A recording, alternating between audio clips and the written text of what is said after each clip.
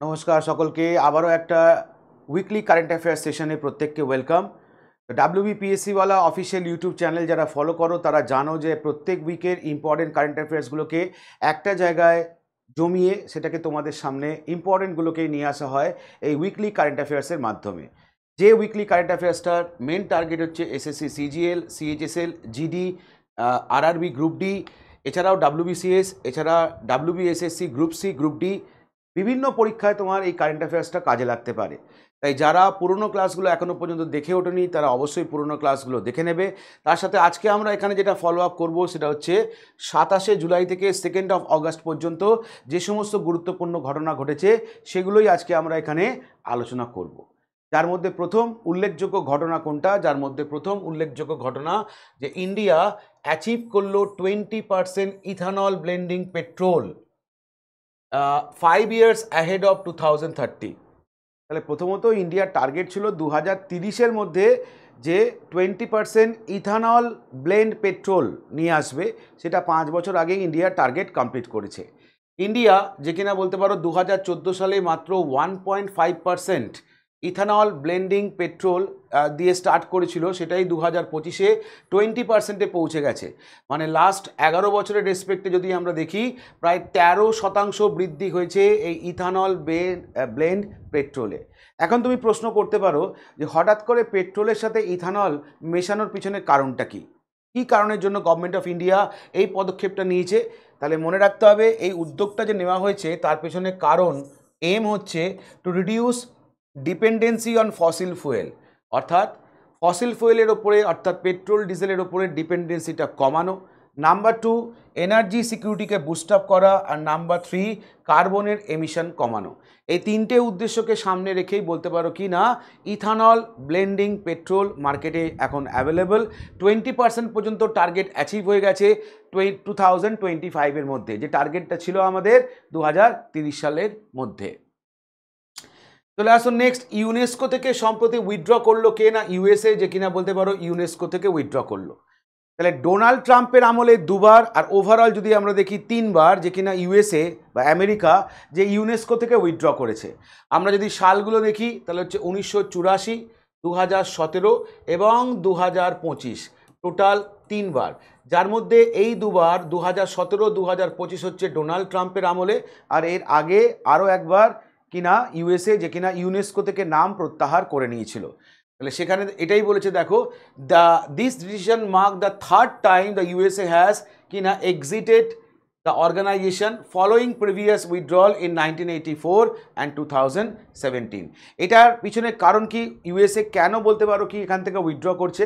না ইউএসএর আইডিওলজির সঙ্গে বলতে পারো মিলছে না। কোথায় মিলছে না? এক হচ্ছে ইউএসএকে প্রচুর পরিমাণে ডোনেট করতে হচ্ছে, পৃথিবীর অন্যান্য দেশ থেকে বেশি টাকা ডোনেট করে ইউএসএ, তো সেটার কোনো যৌক্তিকতা খুঁজে পাচ্ছে না ডোনাল্ড ট্রাম্প।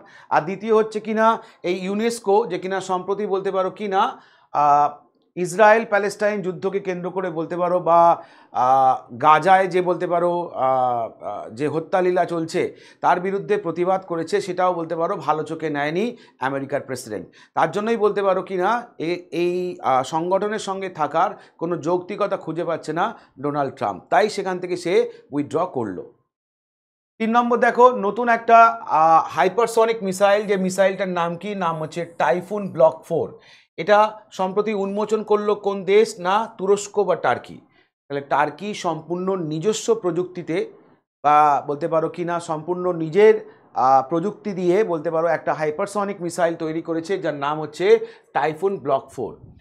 মনে রাখতে হবে এই উন্মোচনটা টার্কি করলো কোথায়? না সম্প্রতি সেখানে হয়ে গেল 17তম ইন্টারন্যাশনাল ডিফেন্স ইন্ডাস্ট্রি ফেয়ার, যেটা হয়ে গেছে টার্কির ইস্তানবুলে। সেখানেই বলতে পারো টার্কি এই হাইপারসনিক ব্যালিস্টিক মিসাইলটা কিনা লোকের সামনে নিয়ে আসে। এবং এর সঙ্গে সঙ্গেই টার্কি মনে রাখবে এই যে হাইপারসনিক মিসাইলটা তৈরি করলো, তাহলে হাইপারসনিক মিসাইল ক্লাবে নিজের নাম নথিভুক্ত করা চতুর্থ দেশ হচ্ছে কে? না তুরস্ক। প্রথম 3জন হচ্ছে, এক হচ্ছে ইউএসএ, তারপর রাশিয়া, তারপর চায়না, আর চতুর্থ কান্ট্রি হিসেবে মানে প্লাস মনে রাখবে কি না টার্কি। চতুর্থ কান্ট্রি হিসেবে বলতে পারো কি না এই পার্টিকুলার দলে নিজের নাম লেখালো কে? না তুরস্ক। শুধু তাই নয়, ন্যাটোভুক্ত যে সমস্ত দেশগুলো আছে ন্যাটোভুক্ত দেশগুলোর মধ্যে, মানে 32টা কান্ট্রি আছে ন্যাটোর আন্ডারে, সেই 32টা কান্ট্রির মধ্যে টার্কি হচ্ছে দ্বিতীয় দেশ যে কিনা এই হাইপারসনিক মিসাইলের অধিকারী হলো। এক হচ্ছে ইউএসএ, ন্যাটোভুক্ত দেশ যার কাছে এই হাইপারসনিক মিসাইলটা আছে, আর দ্বিতীয় কান্ট্রিকে না তুরস্ক। বাকি ন্যাটোভুক্ত কোনো দেশের কাছে এই ধরনের কোনো মিসাইল নেই। তাহলে মিসাইলটার নাম মনে রাখতে হবে, মিসাইলটার নাম হচ্ছে টাইফুন ব্লক 4। চলে আসুন নেক্সট। গভর্নমেন্ট অফ ইন্ডিয়ার তরফ থেকে কিনা রাষ্ট্রপতি শাসনের মেয়াদ আরও বাড়িয়ে দেওয়া হলো। মণিপুরে মেয়াদ বাড়িয়ে করা হলো ফেব্রুয়ারি 2026।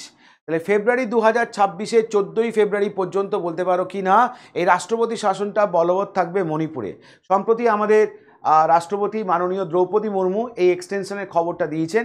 তার বক্তব্য অনুযায়ী এখনও মণিপুর অশান্ত, সেই কন্ডিশনকে স্টেবল করার জন্য রাষ্ট্রপতি শাসনের মেয়াদ বাড়ানো হলো। আমরা জানি এন বীরেন সিং, যিনি কিনা লাস্ট মণিপুরের মুখ্যমন্ত্রী ছিলেন, তিনি পদত্যাগ করার পর এখনও পর্যন্ত কিনা কোনো মুখ্যমন্ত্রী সেখানে সিলেক্টেড বা নমিনেটেড হয়নি। চলে আসো পরেরটা। ইন্ডিয়া যে কিনা বলতে পারো সাকসেসফুলি টেস্ট করলো তাদের প্রথম হাইড্রোজেন পাওয়ার ট্রেন কোচ। কোথায় করলো না আইএফসি চেন্নাই। মনে রাখতে হবে আইসিএফ চেন্নাই। আইসিএফ চেন্নাই এটা একটা প্রিমিয়ার কোচ ম্যানুফ্যাকচারিং ইউনিট কার না ইন্ডিয়ান রেলওয়ে। কোথায় আছে এটা? চেন্নাইতে আছে। চেন্নাইয়ের কোথায় আছে? পেরাম্বুর। তাহলে উন্নত মানের কোচ তৈরি হয় কোথায় না আমাদের এই চেন্নাই থেকে তৈরি হয়। পার্টিকুলার জায়গাটার নাম হচ্ছে পেরাম্বুর, যেখানে এই ফ্যাক্টরিটা আছে। তো সেই ফ্যাক্টরিতেই বলতে পারো কিনা ভারতের প্রথম হাইড্রোজেন পাওয়ার ট্রেন কোচ এটা কিনা টেস্টিং করা হলো এবং এটা সাকসেসফুলি টেস্ট করা হলো। চলে আসো পরেরটা। সম্প্রতি আমরা 24শে জুলাই 2025 উদযাপন করলাম কি না 166তম ইনকাম ট্যাক্স ডে। তাহলে আমাকে পরীক্ষার প্রশ্ন করতে পারে যে ভারতে ইনকাম ট্যাক্স ডেটা কবে উদযাপন করা হয়, সেক্ষেত্রে মনে রাখতে হবে 24শে জুলাই। আর এবছর আমরা কততমটা উদযাপন করলাম, সেক্ষেত্রে মনে রাখতে হবে 166তম। 166তম ইনকাম ট্যাক্স ডেটা আমরা উদযাপন করলাম দিল্লিতে। তারিখটা মনে রাখবে কবে না 24শে জুলাই। ইউনিয়ন মিনিস্টার নির্মলা সীতারামন যে কিনা বলতে পারো এই 166তম অ্যানিভার্সারি ইনকাম ট্যাক্স ডের অ্যানিভার্সারি উদযাপন করলেন।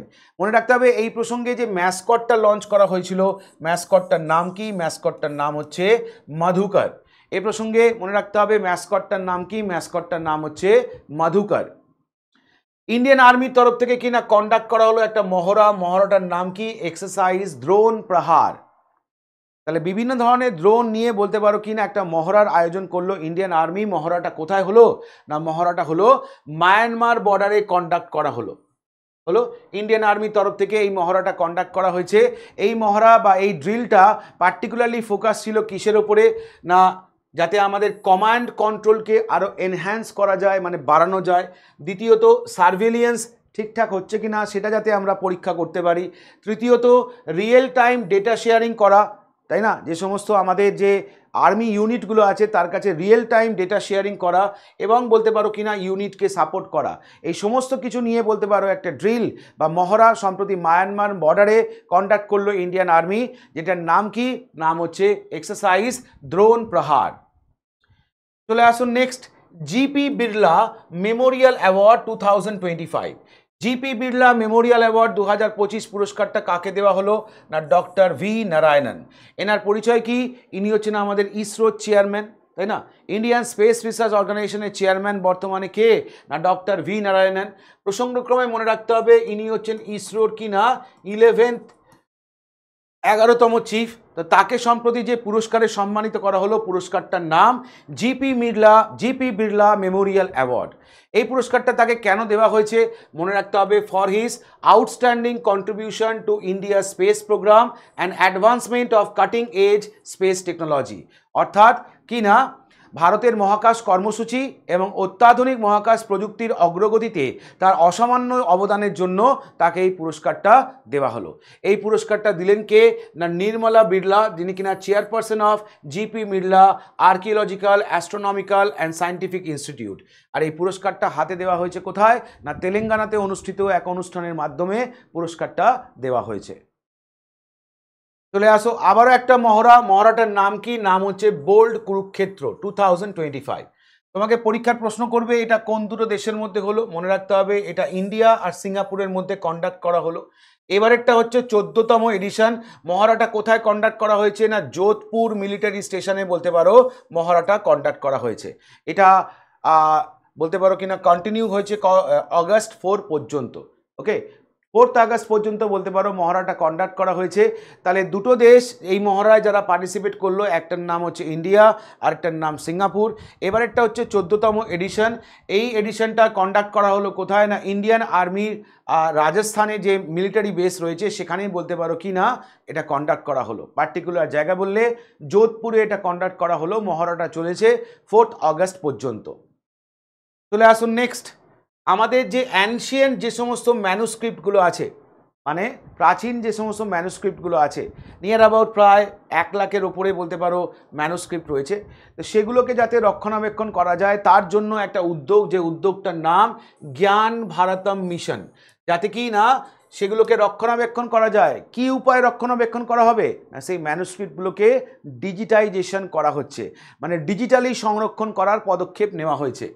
জুলাই 2025-এ 124তম এপিসোড মন কি বাত, যেটা কিনা আমাদের প্রাইম মিনিস্টারের কিনা মান্থলি রেডিও শো, সেখানে আমাদের প্রাইম মিনিস্টার মোদি এই উদ্যোগটার কথা ঘোষণা করেন, যেখানে তিনি বলেন এই জ্ঞান ভারতম মিশনের মাধ্যমেই কিনা আমাদের যে অ্যানশিয়েন্ট ম্যানুস্ক্রিপ্টগুলো আছে সেগুলোকে ডিজিটাইজ করা হবে। উদ্দেশ্য হচ্ছে যাতে কিনা সার্ভে, ডকুমেন্ট প্রভৃতি জিনিসগুলোকে, যেগুলো প্রায় আমি 1 লাখ বললাম, মাই মিস্টেক, ইট ওয়াজ প্রায় 1 crore, 1 কোটির কাছাকাছি যে সমস্ত ম্যানুস্ক্রিপ্টগুলো আছে সেগুলোকে কিনা রক্ষণাবেক্ষণ করা, সেটা ডিজিটাল পদ্ধতিতে রক্ষণাবেক্ষণ করা হবে। এবং সেই উদ্যোগটার নাম কি জ্ঞান ভারতম মিশন। এই তথ্যটা প্রাইম মিনিস্টার কোথায় দিলেন না তার রেডিও শো যার নাম মন কি বাত, তার 124তম এপিসোডে প্রাইম মিনিস্টার এই বক্তব্যটি রাখেন। তুরস্ক আবার নিউজে, তার কারণ তুরস্ক উন্মোচন করলো কিনা একটা বোম যার নাম কি গাজব। এটা একটা মনে রাখবে মোস্ট পাওয়ারফুল নন নিউক্লিয়ার ওয়েপন। দুটো এই ধরনের বলতে পারো বোম লঞ্চ করেছে টার্কি। একটার নাম হচ্ছে গাজব আর একটার নাম হচ্ছে NEB-2 ঘোস্ট বাংকার বাস্টার। তাহলে NEB-2 ঘোস্ট বাংকার বাস্টার এবং গাজব নামে বলতে পারো কি না নন নিউক্লিয়ার ওয়েপন সম্প্রতি উন্মোচন করলো কিনা তুরস্ক। সম্প্রতি এই যে দুটো বোমের কথা এখানে বলা হয়েছে, প্রায় এক একটার ওজন হচ্ছে 970 কেজি করে। আর এটা তুরস্কের national defence ministry research and development সেন্টারের তরফ থেকে এই ওয়েপনগুলো ডেভেলপ করা হয়েছে। চলে আসো নেক্সট, ফর্মুলা 1 সংক্রান্ত ইনফরমেশন। বেলজিয়ান গ্র্যান্ড প্রিক্স তোমাকে জিজ্ঞেস করবে 2025-এ চ্যাম্পিয়ন কে হলো, সেক্ষেত্রে মনে রাখবে অস্কার পিয়াস্ত্রি, তিনি কিনা একজন অস্ট্রেলিয়ান।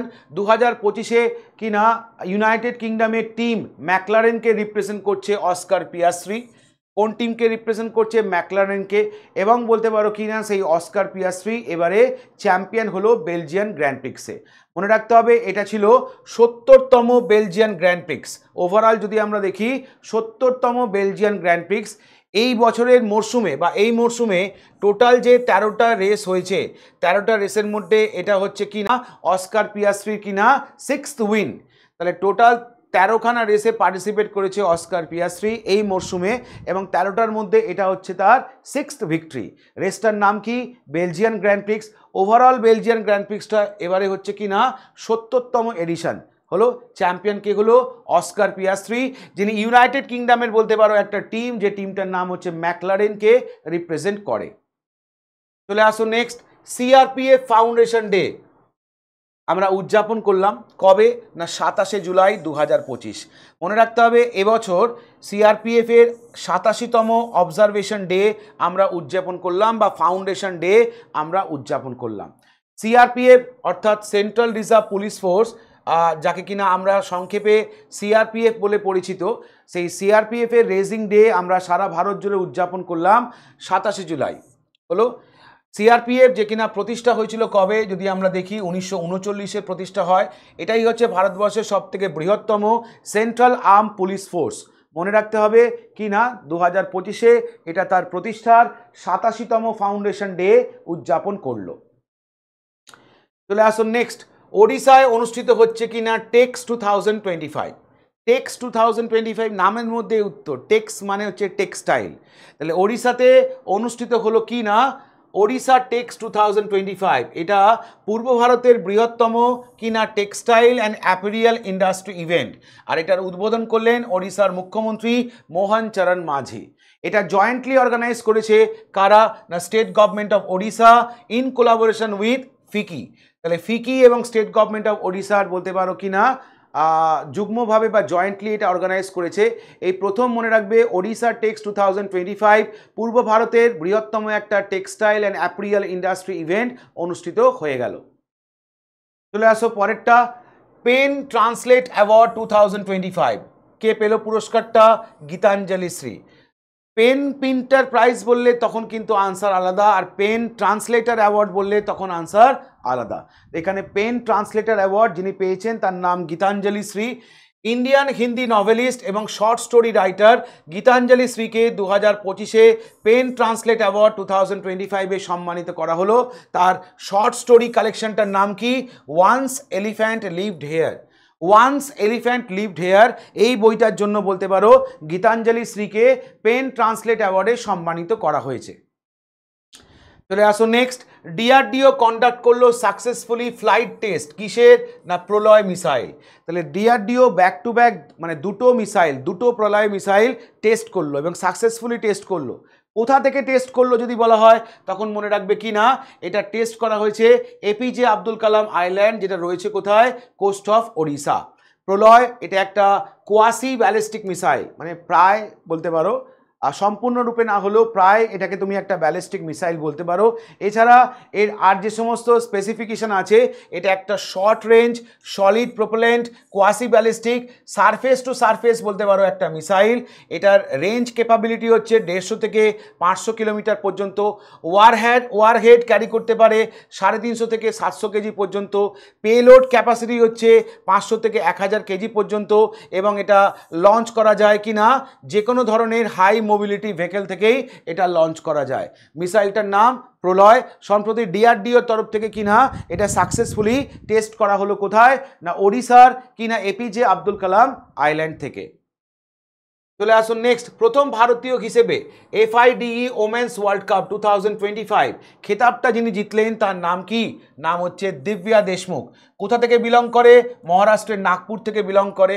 এই ওয়ার্ল্ড কাপটা হয়েছে কোথায়? না জর্জিয়ার কোথায়? না বাটুমি। দিব্যা মনে রাখবে প্রথম ভারতীয় মহিলা যে কিনা এই টুর্নামেন্টটা জিতলো।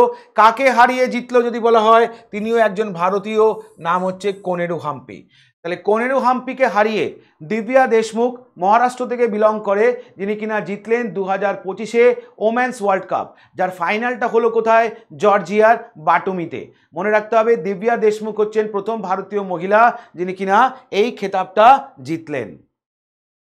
চলে আসুন নেক্সট, এসএসবি অর্থাৎ সশস্ত্র সীমা বলের নতুন ডাইরেক্টর জেনারেল হিসেবে অ্যাপয়েন্ট করা হলো কাকে? না সঞ্জয় সিংঘাল। কার জায়গায় ইনি দায়িত্ব নিলেন? মনে রাখবে কিনা অমৃত মোহন প্রসাদ, যিনি কিনা রিটায়ারমেন্টে গেলেন 31শে অগস্ট 2025। তার জায়গায় বলতে পারো কিনা দায়িত্ব নিলে কে? না দায়িত্ব নিল সঞ্জয় সিংঘাল। এসএসবির মনে রাখতে হবে সশস্ত্র সীমা বলের, যেটা কিনা one of the India's central arm police force বলে পরিচিত। এটা কাজ করে মিনিস্ট্রি অফ হোম অ্যাফেয়ার্সের আন্ডারে। তার নতুন ডাইরেক্টর জেনারেল হিসেবে দায়িত্ব নিলেন কে? না দায়িত্ব নিলেন সঞ্জয় সিংঘাল। চলে আসুন নেক্সট, ইন্ডিয়ান কোস্ট গার্ডের তরফ থেকে কিনা একটা ফাস্ট পেট্রোল ভেসেল লঞ্চ করা হলো, যার নাম হচ্ছে অটল।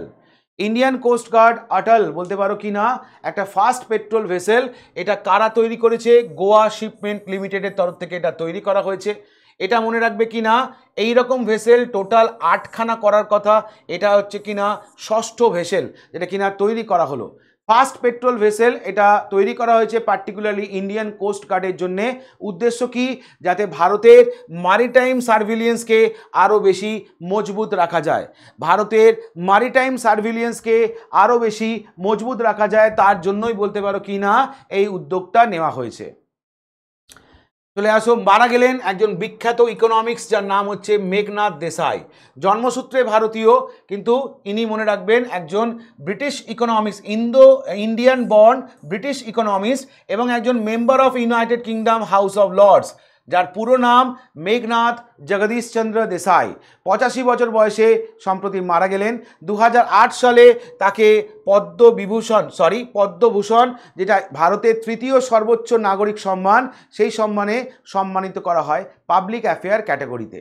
মেঘনাথ দেশাইয়ের জন্ম 1940-এর বরোদা স্টেট, বর্তমানে যেটাকে আমরা ভদোদরা বলে চিনি, আর যেটা রয়েছে কোথায়? আমাদের গুজরাটে রয়েছে। চলে আসো পরেরটা, আবার একটা নৌমহড়া। মহড়াটার নাম কি? না সিমবেক্স। পরীক্ষায় জিজ্ঞেস করতে পারে এই নৌমহড়াটা কোন দুটো দেশের মধ্যে হলো, সেক্ষেত্রে মনে রাখতে হবে এটা ইন্ডিয়া সিঙ্গাপুরের মধ্যে সম্প্রতি কন্ডাক্ট করা হলো। এবারেরটা ছিল কিনা 32তম এডিশন, এটা কন্ডাক্ট করা হয়েছে কোথায়? সিঙ্গাপুরেই বলতে পারো এটা কন্ডাক্ট করা হয়েছে। ভারত ও সিঙ্গাপুরের মধ্যে মারিটাইম কোঅপারেশনকে আরও বেশি মজবুত করার জন্য এই মহড়াটা কন্ডাক্ট করা হয়েছে। ভারতের তরফ থেকে ভারত ও সিঙ্গাপুরের তরফ থেকে বলতে পারো সম্প্রতি মহড়াটা কন্ডাক্ট করা হলো। কততম এডিশন? মনে রাখবে এবারেরটা হচ্ছে 32তম এডিশন, আর এটা কন্ডাক্ট করা হয়েছে কোথায়? সিঙ্গাপুরে। মহড়াটার নাম সিমবেক্স। এবার তোমার যদি পরীক্ষার সময় মনে না থাকে সিমবেক্স কোন দুটো দেশের মধ্যে হয়েছে, এটা মনে রাখারও একটা শর্টকাট ট্রিক্স আছে। যেমন দেখো এই এস মানে কি? এস মানে হচ্ছে সিঙ্গাপুর, হলো আই মানে কি? আই মানে হচ্ছে ইন্ডিয়া, তাহলে সিঙ্গাপুর ইন্ডিয়া পেয়ে গেলাম। এবার এম মানে কি? না মারিটাইম, বি মানে কি? না বাইল্যাটারাল, হলো। আর ইএক্স কথাটার মানে কি? ইএক্স কথাটার মানে হচ্ছে এক্সারসাইজ। তাহলে এটাকে তুমি যদি ব্রেক করে নাও তাহলেই পুরো উত্তরটা পেয়ে যাবে যে সিঙ্গাপুর ইন্ডিয়া মারিটাইম বাইল্যাটারাল এক্সারসাইজ, এর নাম হচ্ছে সিমবেক্স। চলে আসো পরেরটা, নাসা এবং ইসরো এই প্রথম বলতে পারো যৌথ উদ্যোগে একটা স্যাটেলাইট লঞ্চ করলো যার নাম নিসার, হলো। এই স্যাটেলাইটটা কি প্রকৃতির? এটা মনে রাখবে একটা অ্যাডভান্স আর্থ অবজারভেশন স্যাটেলাইট। তাহলে এই প্রথমবার বলতে পারো একটা জয়েন্ট আর্থ অবজারভেশন মিশন হলো কাদের মধ্যে? না ইসরো এবং নাসার মধ্যে। এই স্যাটেলাইটটা সম্প্রতি কি না, এটা একটা সিনথেটিক অ্যাপারেচার র্যাডার স্যাটেলাইট।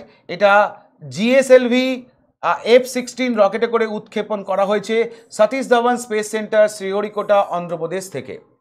তাহলে এটা জিএসএলভি F-16 রকেটে করে বলতে পারো এটাকে উৎক্ষেপণ করা হয়েছে, এটা মনে রাখবে, এটা দিয়ে পরীক্ষার প্রশ্ন হবে। জিএসএলভি ফুল ফর্ম কি? এটা দিয়েও পরীক্ষার প্রশ্ন হয়, সেক্ষেত্রে মনে রাখতে হবে Jio synchronous satellite launch vehicle, অর্থাৎ জিএসএলভি। F-16 রকেটে করে সতীশ ধাওয়ান স্পেস সেন্টার থেকে এটা উৎক্ষেপণ করা হয়েছে, এটা রয়েছে কোথায়? শ্রীহরিকোটা, অন্ধ্রপ্রদেশে। এটাই বলতে পারো নাসা ইসরোর প্রথম কিনা একটা সিনথেটিক অ্যাপারেচার র্যাডার স্যাটেলাইট, যেটা কি কাজ করবে? না অ্যাডভান্স আর্থ অবজারভেশন স্যাটেলাইট হিসেবে এটা কাজ করবে। এই নিসার নিয়ে অলরেডি একটা ভিডিও কিন্তু আমি ইউটিউবে দিয়ে রেখেছি, ডিটেলস আলোচনা করা আছে সেখানে। যারা এখনো অবধি দেখে উঠতে পারোনি অবশ্যই ভিডিওটা কিন্তু দেখে নিও। চলে যাও নেক্সট, পরেরটা দেখবো। একটা বইটার নাম কি? The man who become cinema, Dilip Kumar. এই নামে একটা বই প্রকাশ হয়েছে। বইটার লেখক হচ্ছে আমাদের অশোক চোপড়া। বইটার লেখক হচ্ছে অশোক চোপড়া। এই বইটার মাধ্যমে দিলীপ কুমারের যে এক্সট্রা অর্ডিনারি অ্যাক্টিং মেথড এবং বলতে পারো ইন্ডিয়ান সিনেমাতে তার যে মেথড অ্যাক্টিংয়ের ওপর তার যে কন্ট্রিবিউশন, সেই সম্পর্কেই লেখা আছে। দিলীপ কুমার, যাকে আমরা আরেকভাবে চিনি কি নামে? না ট্র্যাজেডি কিং নামে, তাই তো? ভারতীয় সিনেমা ইতিহাসে তাকে ট্র্যাজেডি কিং বলা হয়। দিলীপ কুমার, যার আরেক নাম কি? যার আরেক নাম হচ্ছে কি না ইউসুফ খান, আমরা জানি মোহাম্মদ ইউসুফ খান, এটা হচ্ছে তার আরেক নাম। দিলীপ কুমার, যাকে কিনা পদ্মভূষণে সম্মানিত করা হয় 1991-তে, দাদা সাহেব ফালকেতে সম্মানিত করা হয় 1994-তে, পদ্মবিভূষণ পুরস্কারে সম্মানিত করা হয় 2015, এবং পাকিস্তানের সর্বোচ্চ নাগরিক পুরস্কার যার নাম নিশানে ইমতিয়াজ, এই পুরস্কারে সম্মানিত করা হয় কবে? না 1998-তে। মানে ভারতীয় সিনেমার অন্যতম বলতে পারো একটা ফিগার বলতে পারি কাকে আমরা? দিলীপ কুমারকে। তার যে অ্যাক্টিং মেথোডোলজি বা ভারতীয় সিনেমায় তার অ্যাক্টিংয়ের যে কন্ট্রিবিউশন, সেটাকে কেন্দ্র করেই নতুন একটা বই এসছে। বইটার নাম কি? The man who become the cinema, Dilip Kumar. লেখকের নামটা কি? লেখকের নাম হচ্ছে অশোক চোপড়া। তাহলে এই ছিল আমাদের উইকলি কারেন্ট অ্যাফেয়ার্স 2রা আগস্ট পর্যন্ত। কেমন লাগলো ভিডিওটা অতি অবশ্যই কমেন্ট করে জানাবে। অতি অবশ্যই কমেন্ট করে জানাবে যে 2রা আগস্ট পর্যন্ত ভিডিওটা আমাদের কেমন লাগলো। এবং এর পরবর্তী সপ্তাহের ভিডিও খুব তাড়াতাড়ি আসতে চলেছে। সঙ্গে থাকো, দেখতে থাকো WBPSC ওয়ালা official YouTube channel. Thank you.